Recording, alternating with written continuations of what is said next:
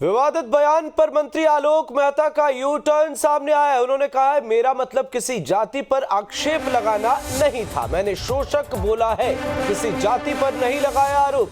हमेशा शोषक बदलते रहे हैं। आलोक मेहता ने कहा है, बाबू जगदेव जो नारा देते थे वही बोला हूं।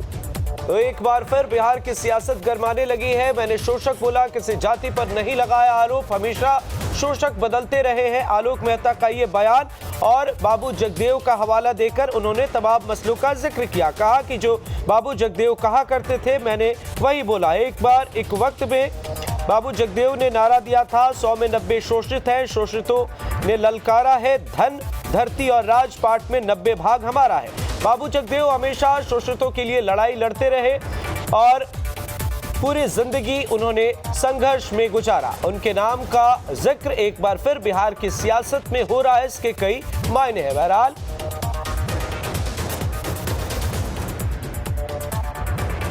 मैं भागलपुर की एक सभा में मैंने कहा था कल कि जगदेव बाबू का नारा था, 100 में 90 शोषित है, 90 भाग हमारा है, 10 का शासन 90 पर नहीं चलेगा।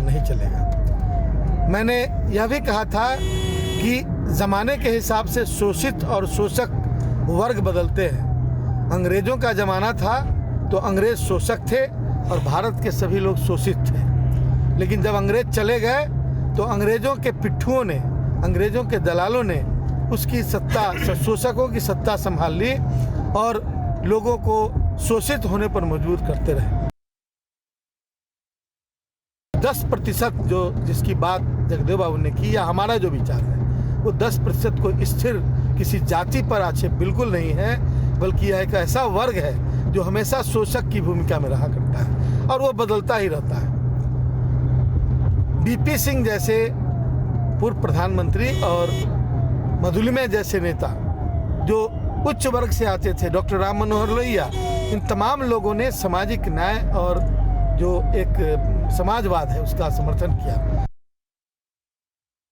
हमने एक बात कही कि मंदिर में घंटी बजाना चाहिए था जोगी जी को, क्योंकि वो एक मठ के महंत थे, तो वो जाकर सत्ता की कुर्सी पर बैठ गए। और जो जनता, जो अवाम, जो लोग हैं, बहुसंख्यक लोग हैं जिनको सत्ता संभालना चाहिए था, उनको मंदिर में घंटी बजाने के लिए भेजना चाह रहे हैं।